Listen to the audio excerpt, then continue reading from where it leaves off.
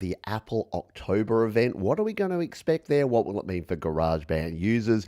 Apple have put out a very cool Celebrating Steve video that I want to talk about. iOS 15 continues to cause trouble for some folks, and a very special GarageBand friend celebrates a very special milestone. All that and more coming up in today's GarageBand Weekly. Let's do it. GarageBand, GarageBand Weekly, GarageBand, GarageBand Weekly, GarageBand, GarageBand Weekly. Whoa, indeed. It is that time of the week. GarageBand Weekly is on the air, and I hope you're doing well. We're going to jump into the news and notes. If you are here, though, and you do have questions, there's things you can do to get your questions answered. All you need to do is pop the word question in front of your question, and I'll hopefully be able to answer your question. If you are here live, feel free to say g'day. And if you're watching on the replay, don't worry, because you can drop your questions down in the comments below at the end of the show, and we'll circle back and answer any of those. But for now, let's dive in here and talk about the news of the week. And probably the biggest news in the Apple world has been all about the Apple event. So here's a video from Mac Rumors. I've got this one linked down in the description. You might want to check this one out and have a bit of a watch. They talk about what's coming. The new M1X chip, is that coming? A new MacBook's coming? What do we have coming in the new Apple event? And is it going to be something that GarageBand creators are going to care about? Well, that's what we're going to find out and talk about. Mostly the rumors around this one. So you may be aware that in previous years, Apple have done a September, I was going to say Songtember, a September event, which is their iPhone event. And then they traditionally do an October event, which is their Mac event. Now, the last 2 years have kind of switched things around a bit and made things a little bit crazy. However, we are kind of back on track here. We are still expecting either a mid to late October event, and look, it's already the 11th of October, so a late October event or early November event to announce some new Macs. Now, you may recall that last year, Apple announced a whole bunch of new Macs, including the MacBook Pro, the MacBook Air, and the Mac Mini. Now, here's the thing, though. These were kind of not the full kit and caboodle. This wasn't the full range of Macs, because all we got there at that point in time was, again, the Mini and the MacBook Air and MacBook Pro 13-inch. The MacBook Pro 16-inch, this one here, and the iMac 27-inch, which is what a lot of folks are looking forward to, still haven't been announced. We did get the iMac 24-inch, but if you're looking for a Pro level, so a Mac Pro, a MacBook Pro 16-inch, or a Mac or a Mac Mini that has the more of the ports and the more powerful and more memory, you're still waiting. They're still selling the Intel ones, not the M1s. So what are we hoping for, and what are we planning to see here? Well, all the news outlets, all the leakers are speculating it's going to be a 14-inch and potentially 16-inch MacBook Pro with more ports, with an M1X or M2 or whatever they're going to call it. They're thinking no touch bar, so they're going to get rid of that horrible touch bar, a better webcam, a better battery life, and basically it's going to finally service the Pro market. So as good as the M1 is, and I'm using one, I've got the Mac M1, like the one that was released last year. As good as they are, they only go up to 16 gigabytes of RAM. They've only got like the four processors, sorry, 8 processors. I know, only. So yeah, there's some room for these things to grow. So we'll see how that goes. In terms of other things like a larger iMac or an actual Mac Pro for the full Pro end user, yeah, maybe. And what I'm most excited about, I want to hear more about Monterey. So for those that already own a Mac M1 like myself, the new version of Mac OS is going to be called Monterey, because they name them all after California cities, and that is going to introduce some new features. The one I'm looking forward to the most of all is the ability to be able to share directly from an iPad or an iPhone straight to your Mac. That is going to be a game changer for GarageBand creators, because you're going to be able to just send your screens without using reflector software, without HDMI output. It's going to be natively supported, which is something that I thought should have been in iOS or Mac OS for a very long time. So that's the first thing. The second thing I want to talk about in the news here is, look, whether you are a Steve Jobs fan or were a Steve Jobs fan or not, you got to admit that the dude had some chutzpah, had some cojones, had some whatever other word you want to use for it, but he didn't let what would the current status quo get in the way of him creating new things? And if you're not aware of sort of the backstory of Steve Jobs, Apple have a pretty cool video over here. It's only 3 minutes. It's well worth a watch. I've got it linked down in the description. 3 minutes, and it goes through a bit of the history and the background of what Steve Jobs did, and it's celebrating because it's been 10 years since we lost Steve Jobs, which seems crazy, because I still vividly remember those Apple iPhone and iPad announcements. Remember the iPhone announcement where it was like, it's an internet communicator, it's an iPhone, it's an iPod, it's a web, yeah, it's everything. It's a phone, it's an internet communicator, it's an iPod, yeah, it's an iPhone. It doesn't seem like it's that revolutionary now, but I can tell you what, it is, it is a lot. It is a lot of stuff that went down, and without him, we probably still would have been like fiddly typing on our QWERTY keyboards and our Blackberries, because he just said, no, we need to change this thing. Or stylusing, I had the old Trio, the Palm Pilots with the stylus. Yeah, we wouldn't have the touchscreen experiences that we have right now. Yes, as Thomas Christ says, he was indeed a genius, and he had. I'll just leave that one there. I won't repeat that. The third update in the news here, iOS 15 update. So folks are still reporting some issues. Now, for most things, they've been ironed out. There aren't too many bugs from a software perspective. I haven't seen people jumping up and down about GarageBand or any software issues in their iPhone or iPad. But the one big issue has been if you happen to own one of these. Yeah, a Focusrite Scarlett interface. Apparently, some users are still having problems. And now I tried this out. So I've actually got it plugged in at the moment, and I tried to break it. I've tried it on a bunch of different devices. So I'm using it here. This is on my iPad Pro running iOS 14.8, and it works fine. So it's doing its thing, it's playing, it's recording, it's whatever. I then plugged it into to this one here. I plugged it into my iPhone XS, which is running iOS 15.01, and it still worked. So I don't know how other people are not finding it working. However, the fix is, if you've got a Focusrite Scarlett device and it's not working with iOS 15, you need to switch it from the mass storage device mode over to regular interface mode. And the way to do that is basically there's some instructions. I've got them over on the Create, Record, Release Facebook group, in fact.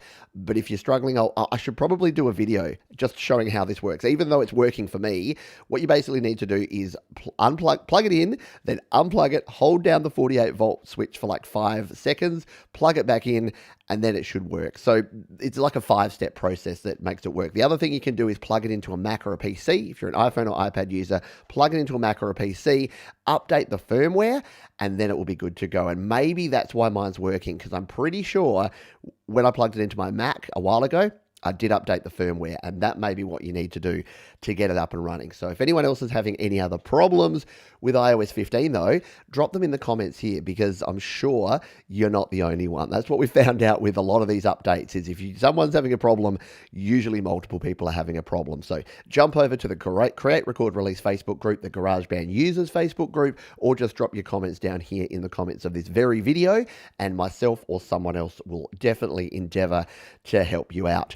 The final thing, and I've buried the lead here in a big bad way, because the final thing that I wanted to mention here is that we had a very big celebration this week. And many of you already know this. If you're in the GarageBand world, you know that this man here, yes, he looks very shocked, but this man here has achieved a pretty good milestone this week, because if we come down here, check this little thing down here, the GarageBand Guide has 100,000 subscribers. So can we get a round of applause here for Patrick over at the GarageBand Guide? And if you haven't checked out this video... Hey, Patrick here. Bit of a different video today. It is indeed a different video. Patrick swears like a sailor over and over again. So if you've ever wanted to hear clean-cut PG-13 Patrick swear like a sailor, okay, he bleeps himself out, but it's still pretty gosh darn funny, then jump on over to that video. It's linked down in the description. But a huge, again, a huge standing ovation, round of applause, all the other things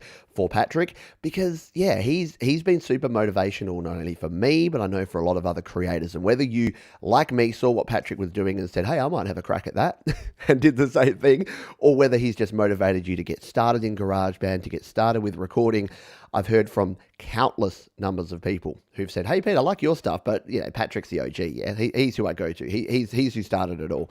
And I think if you are looking for pure GarageBand goodness, you can't go wrong. Just go over to thegaragebandguide.com. And you'll be good to go.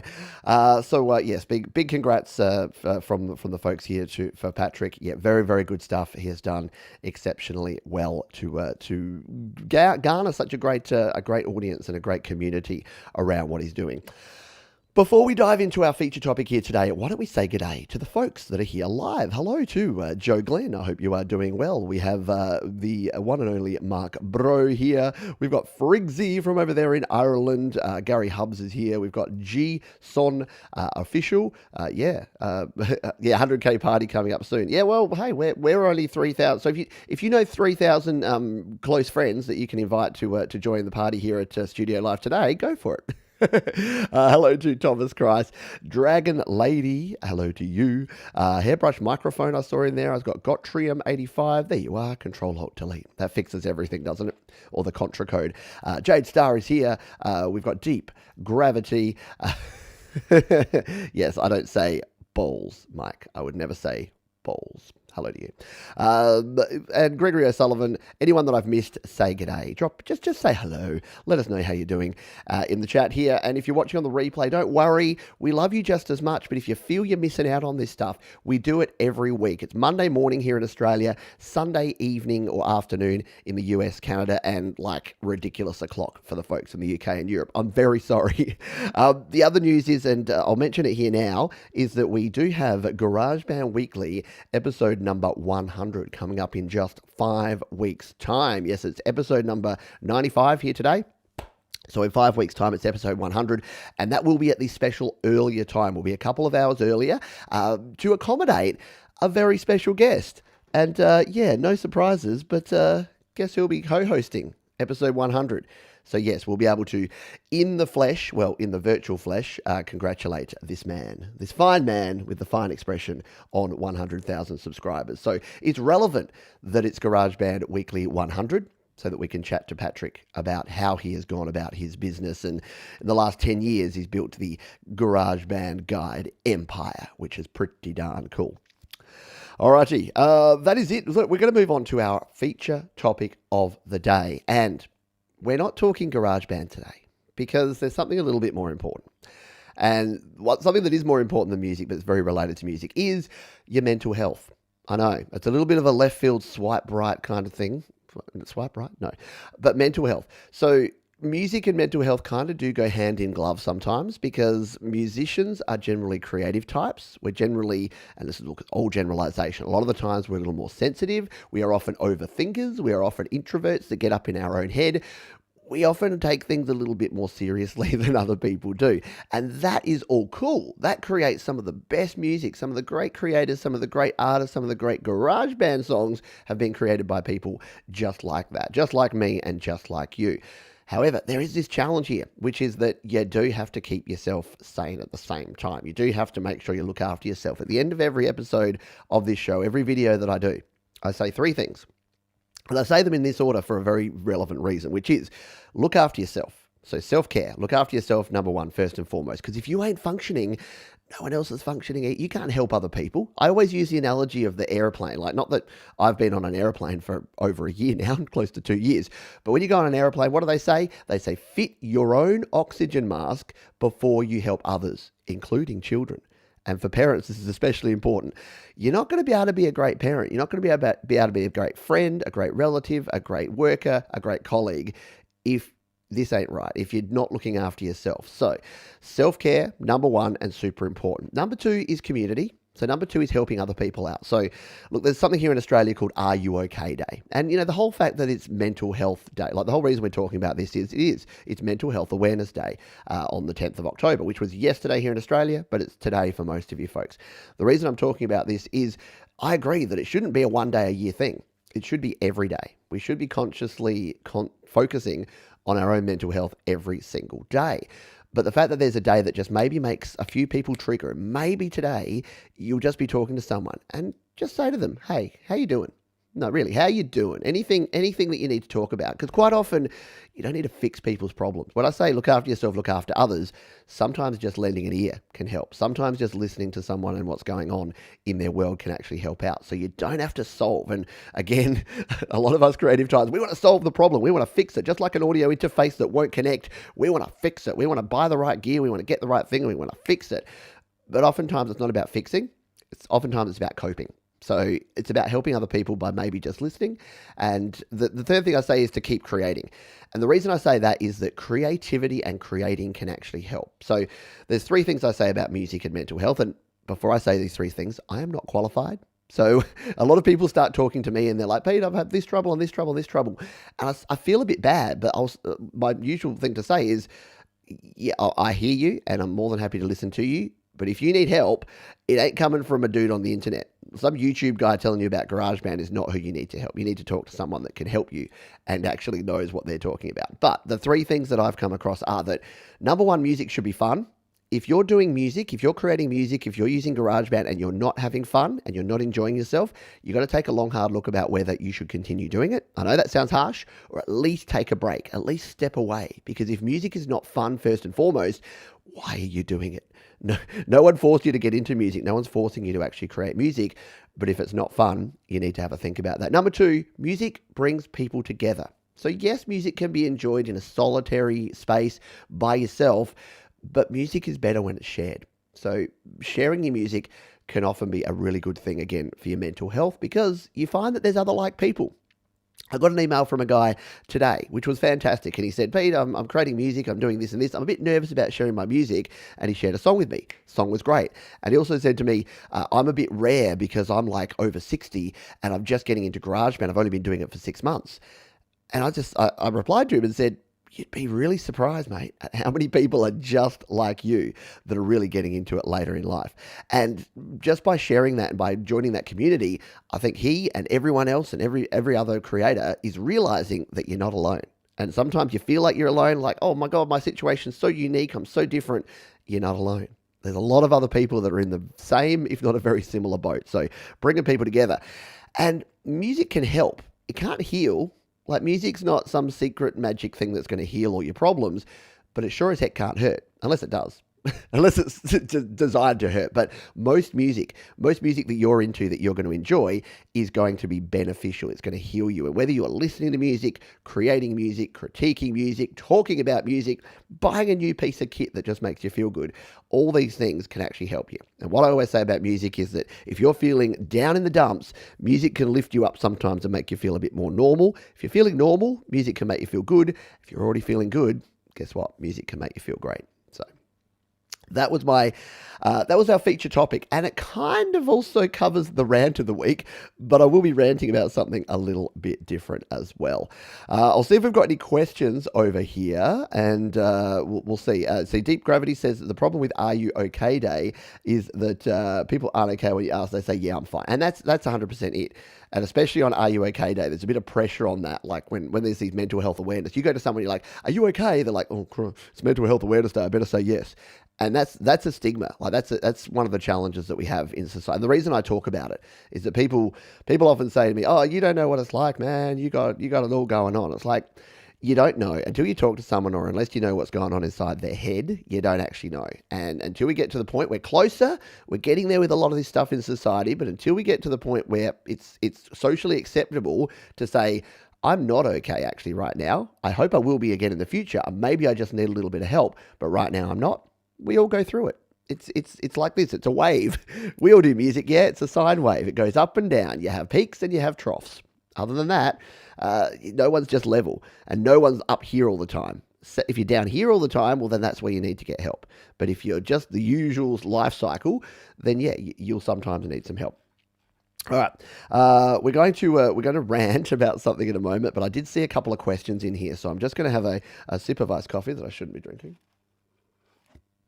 This helps my mental health to eat during delicious iced coffee, because I did see a couple of questions here from a couple of folks, and maybe I might need to ask you. I might need to ask you to ask them again because I seem to have lost them. Jade just mentioned there that Aurea Pro maybe doesn't like iOS 15, so that's something to keep in mind if you are an Aurea Pro user. So there's lots of folks saying g'day to each other, which is fabulous, but I thought I saw some questions here. There's one from Asa BT. This is one I was looking for. Asa says, hey, Pete, can you show the need... Oh, hang on, I can't read it here. Can you show and read some of that GB accessibility update list? Yeah, I will. I want to do it justice, though. We might cover accessibility when I've had a chance to actually review it. The issue I have is that because I don't use the accessibility features, I wouldn't know what I was saying. So Asa very kindly sent through a list of accessibility features that have been added into GarageBand, into iOS 15 actually, which is very cool, very good news, but I don't have those handy. And we'll cover that in a future video, I reckon. All right. Yeah, as Thomas Grice says, it's kind of like when someone asks, how are you doing? It's expected that you'll say, good, great, or all right. The weird thing is here in Australia, we say, not bad. We put a double negative, I'm not bad. Instead of saying, I'm well, thank you, how are you? We say, I'm not bad, which says a lot about Australians. Excuse me. All right, let's continue on. A question here from Mark says, how's the new iPad 9th Gen? Just bought one and love it. Big upgrade from my 5th Gen. Yeah. So the iPad 9th Gen is really good. I mentioned before that my daughter has the 8th Gen, which I thought was really good. And this is just like an improvement. So the way it went was the 7th Gen iPad was it was very meh. It had the really old chip. It was really sluggish. Just wasn't really doing it for me. 8th Gen, big improvements, flew along.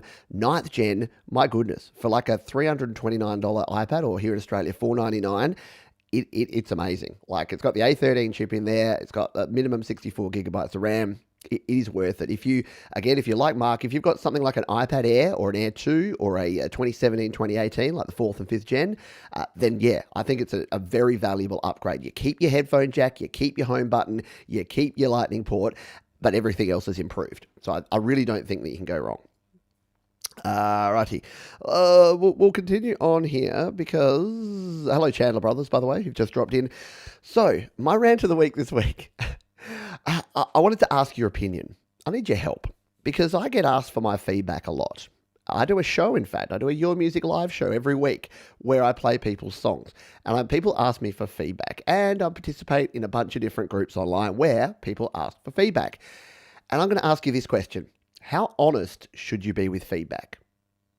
I'll just let that sit there for a minute. How honest should you be with your feedback? When someone asks you, that says, hey, here's my song. They send you their song. They put their heart on their sleeve. No, they put themselves out there and they're like sitting back and waiting for your response. How honest are you?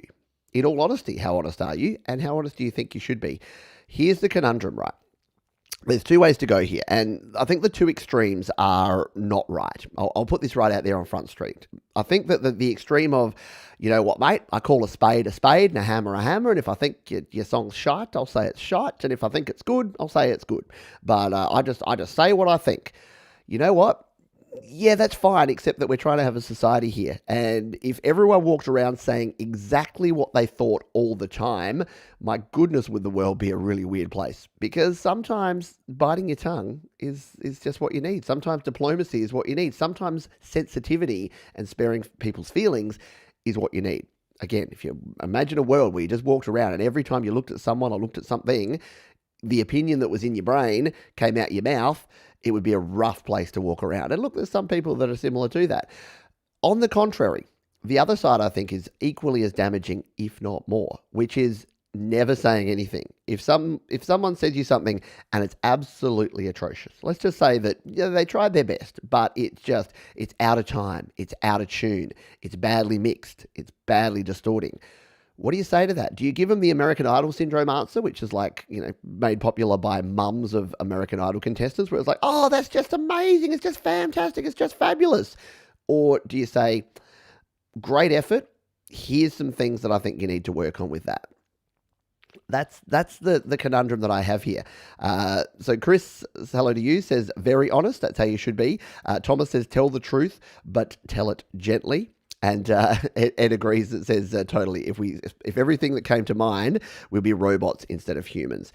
Barry Glenn says honest, but with constructive criticism and advice on specific areas where improvement is necessary. Accept all tastes in music. Exactly. Dragon Lady says I think if someone asks for criticism on their track, you should give positive, helpful criticism. That's all really good stuff. I actually like that. Mark says, in an honest way, I don't blast anybody and offer suggestions to help. So when I was in management back in the day, I was told that the best way to do things was what we called a all right, block your ears now for about 5 seconds, a shit sandwich. And that is that you give a compliment and then you give something to work on and then you give another compliment. I really don't like that because I think sometimes you need more of one and less of the other. And I think I had this problem before where it's like, what if someone just completely fails? Do you say, I really like that red shirt you're wearing. That was a colossal disaster. And isn't the weather today nice? Like fishing for things to say nice, and people can see through them, to be honest. And a lot of the time people know when something wasn't good. So providing that that sandwich approach doesn't often work. But I think that what a lot of folks said here hit the nail on the head, which is to provide specific feedback. And that's what I do try to do. And I also think that not overwhelming people with feedback in terms of giving them everything. And like, if you listen to something, you're like, okay, the bass was too loud, the vocals were too soft, you distorted in chorus 3, you need to change that organ out because it sounds terrible. A laundry list of things, especially when someone's starting out, is going to overwhelm and not help them out. So I think that that's a good thing. I got some more comments here. So Friggsy says, YML is very supportive and generally the music is very good, but if you ask for feedback, give it in a constructive way. Nearly everyone, yeah, exactly. Understand that people are indeed amateurs. Jade Star says, I always try to preface feedback with the feedback not being attacking things, but from a professional view that can be taken with a grain of salt or get second opinions. Yeah, and I really like that because I've been on a crusade to try and get more folks, when you're providing your feedback and your opinions, to say, in my opinion and in my experience. And I pretty much think that if you soften any statement you make with in my opinion or in my experience, you're no longer making a judgment on them and saying that they're doing something wrong. You're saying, in my experience, you'll get a better sound if you EQ this way. In my opinion, those vocals are too loud and you maybe want to drop them a few dB. What you're saying there is you can disregard it. As Jade says, you can take it with a grain of salt. You completely disregard my opinion, but I'm providing it anyway. And when people with GarageBand tracks, again, it's the GarageBand show, but I bring it back to GarageBand, when people ask me about GarageBand and their GarageBand projects, and some people in the past have sent me their projects, and sometimes I'll see things like they've just got everything up to 11, it's all way too loud. And I'll say to them, look, that's an option. That's a way to go. In my experience, if you just halve the volume of everything, you'll get a much more balanced mix and you'll get a much better sound and you won't get that clipping and distortion at the top end. Now, that's not me saying, you're an idiot, you're a fool, how did you not know? Because they may not know. Like, they may be starting out. They may not know that that's not what you do or that that's not the best practice. So that can really help out. Joe Glenn says, I believe there are forums out there where you can ask and receive feedback if you are wanting for. If you don't like something, I'll say nothing and move on unless asked for an opinion. Yeah, and that's a pretty good way to go. Indeed. Wise words from the community. I think everyone did a good job of providing that, and it's good. It's good for me to think about that because I think the point there that I'll take away is the specific stuff. As G-Son says here, no need to trash music ever. Constructive criticism is fine. Exactly. Like, that's crap. You'll never amount to anything. I don't think that's ever helped anyone in the history of the world. But saying to someone, like, if on American Idol, instead of Simon Cowell or whoever the dude or the dudette is these days that does that show, if they just said, oh my God, that's just so awful, you should go back to being a fry cook. I think if they said that, it wouldn't really work. Like, if they actually, instead of saying that, sorry, that doesn't really work. Instead of saying that, if they actually just said, thanks for coming, good effort, you really need to work on your vocal. I would recommend some vocal training or some vocal teaching so that you can hit those notes more accurately. There you go. Nothing wrong with that. Didn't hit the notes accurately. You gave them that. Yeah, exactly as Gregory said. Technical feedback is easier to take than artistic feedback. And I agree with that. Some of the hardest, and that's why I say, when I'm doing a show or when I'm giving feedback and someone sends me a trap beat, I will say, I know nothing of trap music, so please take my opinion about your artistic and creative endeavors with a grain of salt. However, that bit where that kick drum was so loud that it made everything else duck out of the way and then distort, that's the technical side. That's what I can help you with because I know about that and I know how GarageBand's going to do that. Excuse me. All right, I think so I've covered that one. Gary Hub says, I've had a few backsides torn in art school. I've torn new backsides in art school. I don't miss it. Yeah, I think, yeah. And what do they say? Is that those that teach, no, what is it? Those that can't do teach, look, which I think is super harsh. Like, let's not beat around the bush. I think that's a really harsh way of saying, but there are a lot of people in the education field that are not the greatest at what they're actually teaching, but because they've done the training and they've got all the technical know-how and all the textbook knowledge, they think that they can just tell everyone else exactly how it needs to be done. And again, I think if more teachers, if more trainers, if more tutors use the words in my opinion and in my experience, and look, if you're a doctor and you're learning how to do neurosurgery, in my opinion and in my experience, go down a few notches, yeah? Because you need to know the technical side of that. In my opinion, the brain is best left in the skull is probably not something you want to hear when you're studying neurosurgery. But in a lot of creative and artistic endeavors, there's 100% a gray area that you can go with. All right, let's move on because we're getting a little bit off. Exactly, as Kim says, teaching is an art in itself, I think. Absolutely true. If anyone else has any other questions, please drop them here because we've got plenty of time for Q&A here today. I did see a question from Barry Smith. Barry Smith, should I get a MacBook Pro Air M1 to see if it will interface will work with iOS 14, but soon will stop work? I'm not quite sure what you're asking. Your interface will be fine in iOS 15. If it's that Focusrite issue I was talking about before, you'll just need to update the firmware or convert it back into the other mode. But I've not come across anyone who's had an interface that they can't now use at all in iOS 15.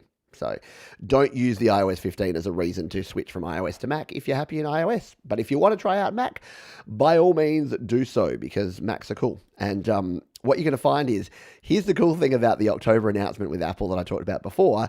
A whole bunch of idiots like me that went out there and bought the original Mac M1s, which are still amazing machines, are probably going to upgrade. And we're probably going to get a new Mac or a new MacBook or a new MacBook Pro. And then guess what? The refurbished market of people that have got 1-year-old Macs that are perfect, that are the M1s, that are really good, are going to sell them. And then you're going to be good. You're going to be in there. All right. Let's continue on and go to our next section. So I released a video that you might have seen last night, my time, this morning for many of you, which was all about converting files, because one of the questions I'm getting asked a lot, and I think it must have been an iOS 15 or an iPadOS 15 thing here, is from folks who haven't been able to convert their files. Now, in all honesty, a lot of these folks were probably using those YouTube to MP3 conversion websites. And look, if you're doing that, and if you're doing it for personal use, or if you've got the permission of the copyright holder, go your hardest. But please be respectful. Like, don't. And I'm talking to probably not the people here in the live chat, but if you're watching on the replay and you're like, oh yeah, thanks for that video, now I can get that Drake beat and then put my own rap over it. For starters, you shouldn't do that because you're probably not as good as Drake. Oh no, I just burned a whole bunch of people. But a lot of people are going on and they're downloading beats, they're downloading songs, and they're sampling them. Look, sampling is cool, and sampling is where a lot of great music comes from, but be super careful, because if you are grabbing stuff off of YouTube or other places and then putting it in your own songs, if you're trying to release those commercially, you're going to get pinged. Doing it for fun, go your hardest, knock yourself out. And it can actually, I've actually used these methods where I've had to convert my own files from my own stuff. So I thought I would just show you, because the app that I use, and my man Marcus Manderson, aka DaFingers, he showed me this app, and it's kind of been a game changer for me, because there's not a really simple, easy way to actually convert stuff in iOS until now, because now we actually have the File Converter app, and it's this one here. It looks like that. And look, it's a little clunky. It's not perfect, but it's free. And when I say free, it is kind of ad supported. You got a little thing down the bottom there, which is an ad, and occasionally it'll pop up and say, you need to watch an ad video before we'll do this conversion. So it's not perfect, but it is the best that I've come across. So I'll just show you really quickly here, and I did the full version of this in the video, so you can check that one out. It's the last video here on the channel. So all you need to do is hit the plus button here. You can input anything, so you can input a file from anywhere, but obviously just using the file is the easiest way to go here. And I showed this one here where we had this grayed out MP3. So this was grayed out in GarageBand. It wasn't importing, so we can tap on that one. And then you can just convert it to whatever the heck you want. There's a heap of different codecs and conversion engines in here. I just recommend Wave. Convert it straight to Wave. You've got the MP3 input. You can even change the settings here, which is cool. So if you've got a WAV file that's like a 32-bit WAV file, you need to make it 24-bit. You can do all of that conversion in here. You can go stereo to mono if you wanted to. So there's a bunch of different options that you can do in here. And then when you're ready to go, all you need to do is hit Start Conversion, and it grabs it. There you go. It says to continue, watch advertisement, or go premium. Let's watch the ad, shall we? Actually, I better take it off. I'll take it off the screen, because weirdly, sometimes an ad can actually be copyright, which is weird. I don't know what companies are releasing their ads. It's just a DocuSign ad that I'm seeing here. I don't know what companies are releasing their ads to YouTube and putting Content ID on them. Wouldn't they want more people to watch their ads, not less? But it is weird. Some companies are actually putting their ads and making them Content ID. All right, I've watched that video. I'm going to hit the X button, and then we can come back and show you again. All right, so I've done that conversion. It is all super done. And then all we need to do is hit the share button. So you can see there, now I've got a WAV file. We just hit the share button here, and we send it back to our files, and we can save it straight into the GarageBand file transfer folder. And then it's good to go. Like, it's as simple as that. So my app of the week is a super simple one, but it's probably the most useful. Outside of audio share, it's the most useful app if you are using a lot of audio files and you're bringing things in and out. Because look at that. Now, instead of grayed out, it's all good to go. And I won't play it. It was something that a viewer actually sent me that's probably copyrighted. I'm not going to play it. It's in a different language, and it's as you can see there, it's a fairly sausagey waveform. Right? So yeah, we don't need to play with that.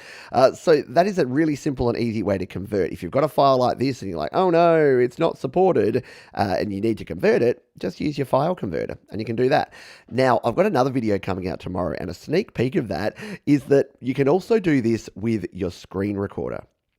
So what I actually did, and I'll just show you this real quick, is that I used the screen recorder. Now, if you don't know the screen recorder function, what you need to do to turn it on, you go to your settings. So if you just go into the settings app here on your iPhone or your iPad, and you go to your control center, if this one here, the screen recorder, it'll probably be down here if you haven't added it. You just need to scroll down here on this control center until you find screen recording and hit the plus. And that'll add this to your control center. And now when you swipe from the top right corner or the bottom, if you're on a smaller device, you get this button here. If I tap it here, it's going to tell me that I'm airplaying. So you can't screen record while you're airplaying. But if you're not airplaying, you can actually do that, and it will pop straight up. It'll record whatever you play. Now let me say that again. It will record whatever audio is playing on your iPhone or iPad, which means that you can use this to record anything you can play on your iPhone or your iPad. Use that for what you will. But for my example, I just recorded my own video. So I just played back my video for Time McFlies, and you can see here, this is the recording of my screen. So I started recording it. Oh, no, I didn't. Where did it go? There it is. Here we go. So this is the recording of the screen. That you can see it's saying I can't do it because it's airplaying. I unplug it, I record it, and then I go ahead. And if we scroll through, this is actually just a video.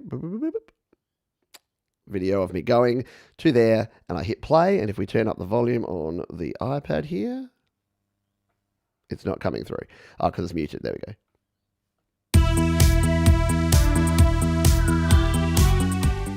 So because it's mine, I know that I can use this. Now, at this point, you're like, oh, but then you've got a video file. What can you do with that? Well, guess what File Converter does? Yeah, it converts video files to audio. So if you've got a video file that you want to use here, guess what? Same thing. We're going to hit this button here. We're going to hit the new conversion button.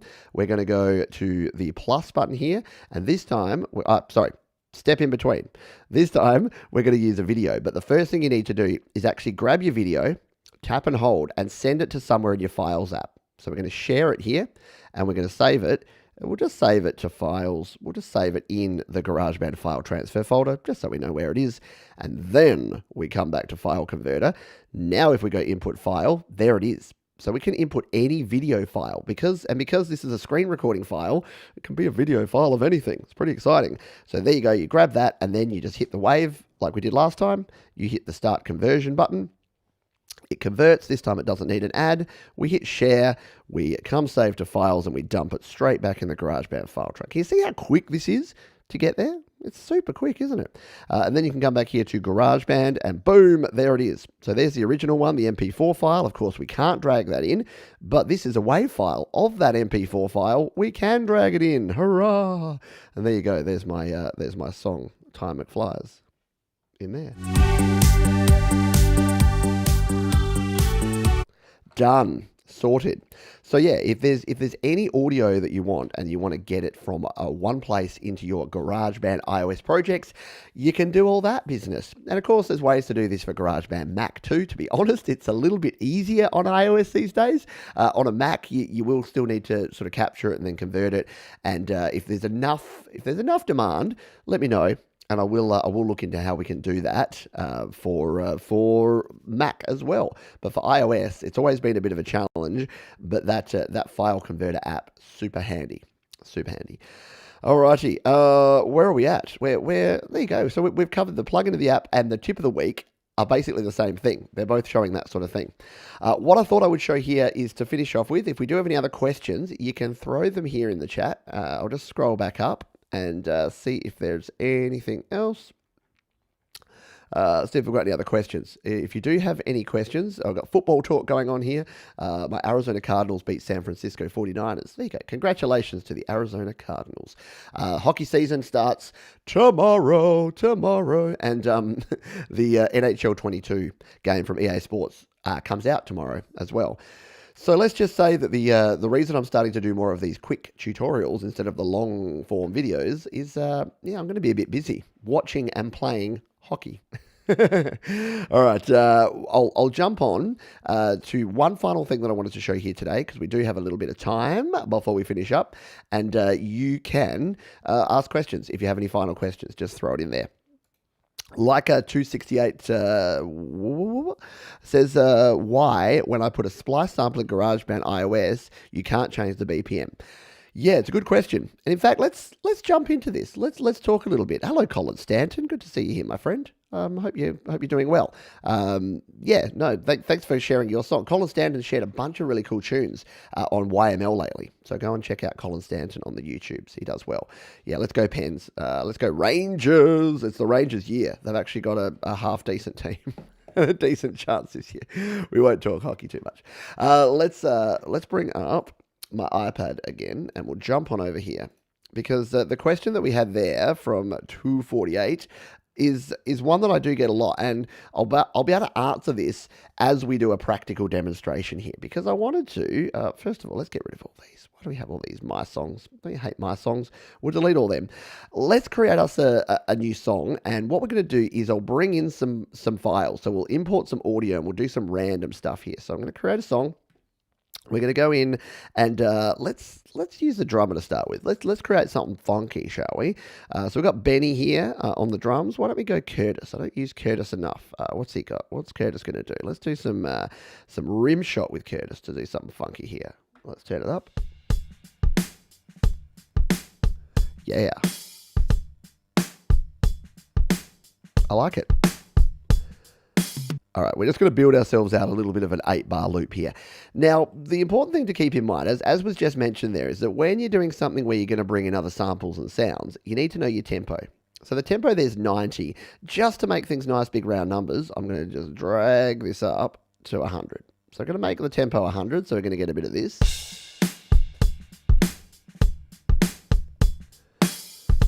Like that. So that way when we bring in other sounds, we can make sure that they are 100 BPM. I'll pause to answer this one. I need a new interface. It says Bear. I think the Behringer that I have has issues, or is it me? It's more likely the interface. I like the iRig Pro Duo is great. Focusrite Scarletts are good despite the iOS 15 issues, and Steinberg UR22C. They're my go-tos. StudioLiveToday.com/gear if you want to check all the stuff out. So let's keep building out this track. So we'll add in something else. Let's add in fact, before we do that, now that we know that we've got this basic groove down, let's find some files. Let's go over to Safari. I'm going to go to my web browser here in Safari, and here's what I prepared earlier, except I'm not logged in. Excuse me a moment while I log myself in. I'm just going to come over here. I'm going to log in just in case it needs my password. It should be okay because I've logged in here before. No, it hasn't. Oh, I've got to use it. I'm just pressing the button here. It's looking at my face. Hello. And we're going to log in. So freesound.org, if you've not used it before, I've mentioned it a bunch of times here on the show. It's a great way to grab yourself some different sort of sounds to bring in. And this will explain what you can and can't do with your bits and pieces here in GarageBand. So what we're going to do is let's just go with a breakbeat 100. You can search whatever you want, but if we search Breakbeat 100, look at this. We've got a bunch of stuff here. Now, keep an eye on these bits over here because different ones have different things like Creative Commons and things that you'll need to do. So the easiest way is to actually go into one. So we'll tap this one to go into it. Now, you can see here, this work is under Creative Commons 0 license. Now, this means that we can use it. We don't need to attribute it, and we can use it in a commercial release. If this says Creative Commons attribution, or if this says you can't use it, then keep that in mind. So we can play this audio file directly here from Safari by hitting play, and it will play. That's pretty cool, yeah? Let's bring this in. It may change up our beat a little bit, but we're going to download this. So we just need to tap the download button. We can go download there, and this will put it straight. See up the top here? This is going to put it straight into our downloads folder. So we're going to be ready to use this.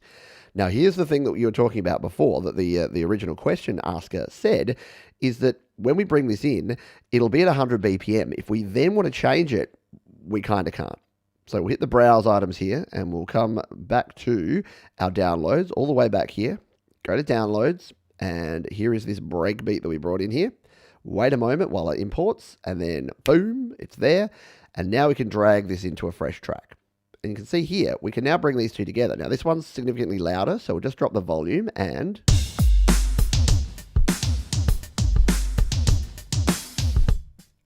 it's like Curtis and this beat were meant to be together, yeah? So we'll do this, we'll tap it, and we'll hit the loop button, and now we've got ourselves a very custom, yeah? Yeah, very 80s, 90s R&B, right? It's cool. It's kind of got a little bit of bass in there as well. So here's the problem though. If we've got this one here, if we go to the settings, this is what you're talking about. We can't change the speed of it. So there's no way to change the speed of an audio file that you bring in, which is different from if we brought in an Apple loop. So if we come to an Apple loop here and say we need some funky bass, let's just go funk. If we type funk bass, is there any funk bass? Well, there's 80s slap funk bass. Is this going to... Let's see if this is going to work in here. Or maybe this one. That's a very specific sort of beat. Maybe we'll try the Track Girl one. Or maybe this one from Vision and Verse. Let's just pick one. We'll bring the Track Girl one here. I keep saying Tank Girl. So if we bring this one in here, let's just see if this works in with our groove.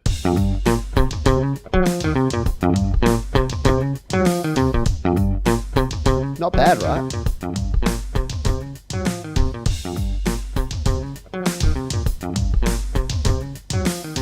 Yeah, so that's pretty cool. And I think that needs to come in like halfway through, because we don't need that the whole way through. We can do a bit of change up there.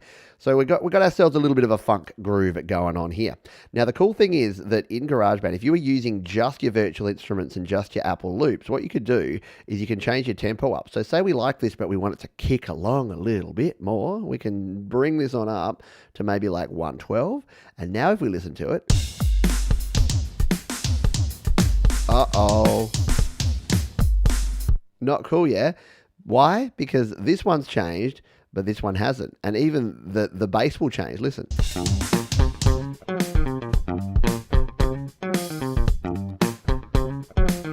Yeah, So that's what the problem that we have here. Now, there are ways around this. You can use time stretching, so things like Cubasis. If you don't use Garage, I know it's sacrilege, you're on a GarageBand show, I'm talking Cubasis. But if you use Cubasis, you can do time stretching. If you use an external app, you can do it. So the external app that I recommend for this is one called Audio Stretch. So it is a paid app. There's a light version that's free, but the paid app's, I think, about $10. And what you can do is you can actually add in a audio file here. So if we go to the browse button here, and we're going to bring in this one here, this break beat that we wanted to use. Here we can hit play.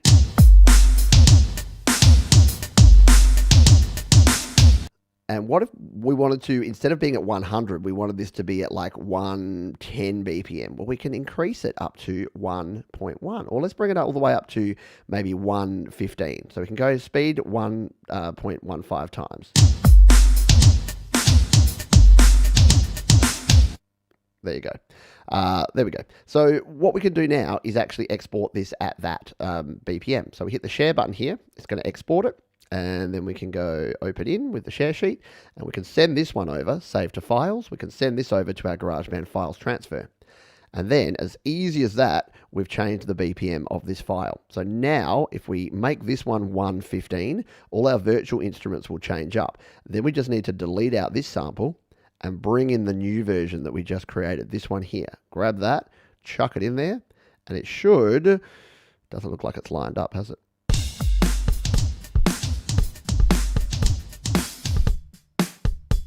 Did I do the wrong timing? It can be a little bit fiddly. The joy of live, 115. I think I probably needed to set my cutoff point, because see how it goes another bar down there? Yeah, I probably needed to trim it. That was weird, to put my trim line at the end. There you go. It's hard to do this sort of stuff on the fly.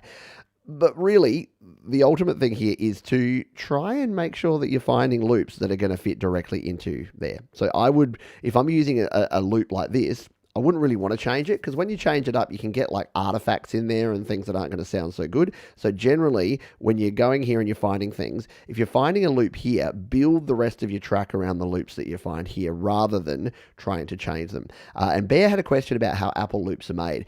It depends. Apple loops are made usually by just recording audio. So all of the producer packs that we had recently, these are literally, you could see them in their videos. You saw all of these producers sitting down and recording these loops and these samples that are now the Apple loops. They can also be virtual instruments that they record. They can be synth sounds. They can be whatever. But Apple actually use a proprietary audio format in here, which is why you can't really export the Apple loops. They use a proprietary format that means that instead of these ones, so what you'll notice here, if we grab this one and we go settings, see how you can't change anything there? It's just a pure audio file. Whereas if we go into this one and we go to settings, look at this stuff. We can change the loop, we can change the follow tempo and pitch, we can transpose it. So you can change a bunch of stuff because Apple have that proprietary format that allows time stretching and pitch shifting within their own Apple's loops. So that's cool. We'll delete out that one. Let's just bring this back because I kind of like this groove. I just want to build it out a little bit more. So we'll bring back this original funk beat. We're going to have to bring this back to 110 BPM. By the way, if you didn't know, instead of clicking or tapping directly up and down, if you tap anywhere and drag, you can very quickly adjust the speed and put it to there. So there you go. We're back to our 100. We're going to loop it out and we're good to go. Yeah. Nice, right? I like it. Cool. That is good and good to go. Right. I think, did I see another question there? Yeah, I think that's exactly what we covered earlier, Barry. So go back to the start of the show. Talked about that. If it's a Focusrite interface and you're having issues in iOS 15, you need to update the firmware or turn it from mass storage device mode. You should be golden with that. So yeah, and make sure you've got it powered up. Heaps of videos, heaps of support here on the channel, and heaps of great places to get support, like the GarageBand Users Facebook group and the Create, Record, Release Facebook group. I know a lot of people have said to me, but Pete, I don't use Facebook. I'm like, I understand it. I get it. Each to their own. But maybe just create yourself a random account that you can just join. And just to join, a lot of people have done that and they found it super handy. Let's add in some guitar. What about some disco funk guitar? No. What about the down? Oh, this is the classic one. This is the only funky guitar sound we had in GarageBand forever. And if you listen to a lot of people's GarageBand songs, they have these guitars in them. Which is fine, because they're cool. What about these driving funk guitar chords? Let's see if these are going to work in here. No, not really. So you've got to play around with things to get your sounds there. But hopefully that gave you a little bit of an idea about using external sounds in here. You know what? Let's do one more thing. Let's just find one more, because now that we know that we're at 100 BPM, let's just find something. See if we can find some keys or some other sort of sound in here on free sound. So we'll go also maybe organ. It's going to be hard now because we've already got a organ 100. We've already got a some other things in here. What's this layers one? Or organ background chord progression. Let's just try this. This is under the attribution license. So you can see here, this is one where I would, if I use this, I would have to attribute it. So thank you, Zinematics, for providing this. And if I did use this in a commercial release, which I guess I am, then thank you. Because we'll hit play.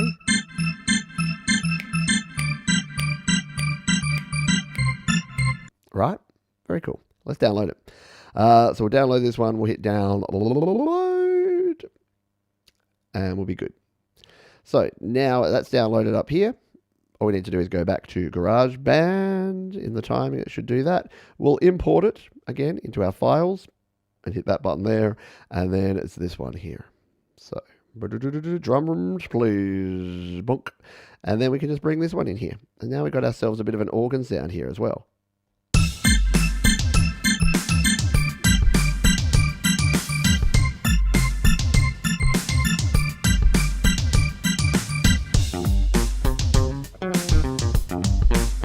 Yeah, yeah, girl. Yeah, a lot of people are talking about pie. My favorite pie, since you asked, is it's probably going to be apple pie. But my grandma used to make a great apple pie with icing, which is like frosting. So it had like a white frosting icing on top, and then it was like a thin crust apple pie. Delicious. Anyway, so we are nearly done here, I promise. But I thought that was kind of funky. Let's sing along, because you know, I've always got to sing along to a song. And this is called Yeah Girl Apple Pie Edition. Get the apple pie with the frosting. When I go to my local cafe, I always eat the pie a la mode. That means it's got the ice cream, because I'm so cool I gotta go. Bye. It's like a fever dream where you're in a circus, a really messed up circus. See, you just never know what's going to happen here on GarageBand Weekly. We start off being all serious, talking about the news and the notes and all the things, and by the end of it, we're singing a song about apple pie. So, go figure. But you know what? I mentioned it before. You got to have fun. If music is not fun, if you're not enjoying yourself, if you don't have a smile on your face and you're not finding new ways to amuse yourself and potentially others, then what are you doing? You got to have fun. Got to enjoy yourself with this stuff. Alrighty, yes, I should have a hit record on my hand with that one, you reckon? Totally. Hello, Metalhead Hippie, by the way. I don't think I said g'day to you. Sorry, Greg. I know, and it's Monday morning. Start your Monday morning right, yeah? Yeah, exactly. But pumpkin pie can go straight to heck. Because pumpkin shouldn't be in a pie. I'm sorry, I just offended everyone who loves their Thanksgiving traditions, but pumpkin pie, no. No thanks. All right, we are at the end of the show. So just to recap, we got some new Apple events coming up. Hopefully, there'll be more on that here in the channel soon. If you're updating to iOS 15, just beware. If you've got the Focusrite audio interface issue, go back to the start of the show. We talked about how you can fix that one up. Congratulations again to Patrick from the GarageBand Guide. Oh, hang on. Sorry. Yep, Stanley. I know, but it's been 2 months. I've been good. Okay, yeah, I'll see you in court. Sorry. That's the, I had a court injunction that told me I'm not allowed to do accents, and I haven't done one for 2 months, and that was the first one. So apparently I'm due back in court next week, so wish me luck there, folks. That is going to do it for this one. Please join me through the week. We'll be doing another few quick tutorials and things. We'll be back at the usual time next week for Your Music Live, so do join me for that one. And as we say at the end of every show, please be kind to yourselves, especially today World Mental Health Awareness Day. Be kind to others. Look out for each other. Ask a few folks. Say, how you doing? You doing well? You doing good? And keep creating, folks. Keep creating in GarageBand. I'll see you real soon. Bye for now. Let's go out with a bit of this action. Ice cream on pie, so tasty for me.